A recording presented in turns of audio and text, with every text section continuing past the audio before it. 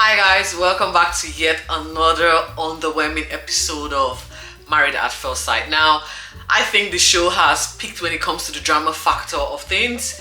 We're getting to the pointy end of things now, so there's just not a lot of talk points to cover in the episodes that we're seeing now. So episode 27 and the homestay week concludes, and again we just get to see the conclusion of all that had gone down this week with the couples going into each other's hometowns to get a better understanding of who they are being paired with or who they are married to. We kick things off with Brent and Tamara, who walking up to the beach to get a spectacular view of the ocean as well as sunrise. Now, Australia has got the most beautiful picturesque views ever. I'm not just saying that because I'm here. Yes, the views are spectacular, the views are amazing, and it was a beautiful sunrise, if I must admit. And they got to see a dolphin or a sea lion or a seal, not sure, but there was something that they saw. I saw something moving in the ocean, but I can't tell you what it was. It could be a shark. Again, everything in Australia can actually kill you. Yeah. Brent wanted to review where they are at currently, given the fact that they are trying to be friends first.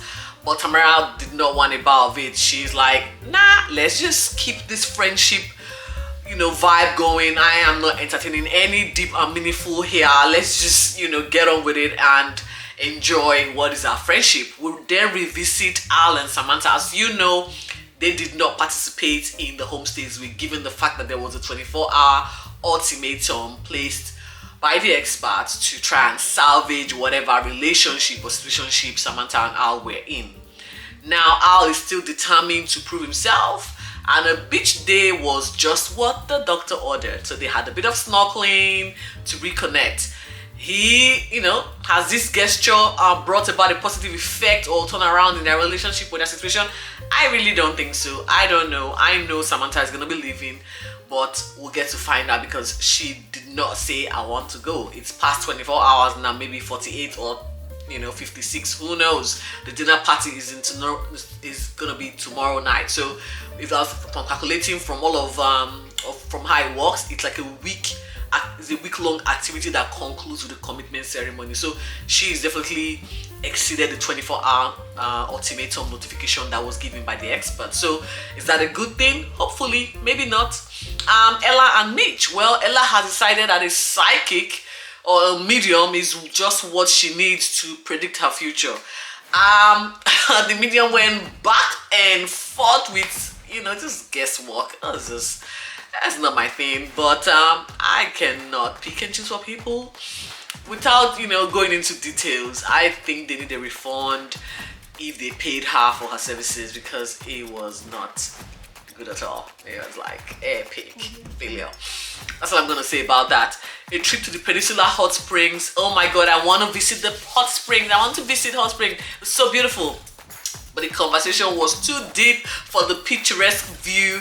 Again, the distance factor came up, and I'm not sure how this is gonna go, guys. I guess we're all just gonna sit down, brace for impact when they finally get to make their final decision as to if they want to stay together or just go their separate ways. We'll find out. But I don't know for this too. The day did end with Ella giving Mitch a laser session. So it's all on and up if your man is allowing you to laser their hair off the skin, I guess. Now, Domenica and Jack. We see Dom visiting Jack's place. They both live in New South Wales, so distance will not be a factor or a barrier in their relationship. And he keeps a snake as a pet. Oh my god, I hate those creepy crawly things. No thanks. Jack, you've just lost some brownie points for me. It's a zilch, it's a nada for me with the snakes. Oh well, by the way, the snake's name is Lucy. No, Selena is still struggling at Casa Cody. The batch part is proving too much for her when it comes to cleanliness. Selena is on a clean mission to rescue the day. Dinner with Cody's family is again just what the doctor has ordered, while Selena thought hard for the perfect gift for Cody's mom, Cody wasn't forced. He was very nonchalant. That was just, you know, he gave a major red flag for me. The way a man treats the women in his life or the women as around him is the same way he would treat you. And he had zero respect for his mom. He had zero disregard for his mom. There was just a total lack of empathy, love, and care towards his mom. Especially as it pertains to introducing a new partner, it was just a major red flag for me. I really don't know. Dinner at the parents started off, you know, well, with Cambodia, which is where Selena is from, you know, a conversation starter, and then that Selena's stepdad, I think, or Cody's stepdad, wanted to know how things were going, and it just became awkward from then on. I think there's something that's really unsettling about Cody's past. He didn't want to share his childhood photos with Selena, and he really didn't want to be involved in the conversation. He basically just shut down. I'm not sure. I really don't know. The roller coaster ride of emotion for me is just, it's very ugly and irritating. I don't know. Out of nowhere, I see Cody with this strange costume. They were about to wear that to the wetlands. We find out Cody's trying to play a prank on Selena. He gave it to Selena to wear, but then decided that he wasn't going to wear it. She was willing to have a go, you know, just enjoy the fun of it. But then when she got into his car, she noticed that, oh my god, I'm the only one dressed like a silly person, and she got angry, upset. After a bit of a tiff, she came back and said, okay, I'm willing to go if you will dress up, you know, like you're going to the wetlands, which was a ridiculous costume. I don't even know. Anyway, they somehow again found their way back to normalcy. I will use that word. Concluding homestay for these guys. The frost is back. They are heading to see Cody's uncle, who threw more light into who Cody is, his personality basically.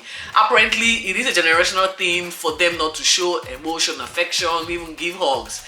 There's more to unpack with Cody, and I think he needs therapy. He needs to really get into his feelings, dig deep to find himself, because he cannot progress and, you know, be with someone wholeheartedly and fulfill someone's needs with the way he's just shut out of, or devoid of any emotional or any emotional capacity. Well, I don't know. It's just me talking.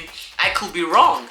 Olivia and Jackson start their day by taking a walk, with Justin still reeling from the night prior, as well as consecutive events that has just shown him a side of Olivia that he doesn't like. Taking in particular his gym session, where Olivia literally mandated him and said she wasn't going to be a willing participant in his physical fitness.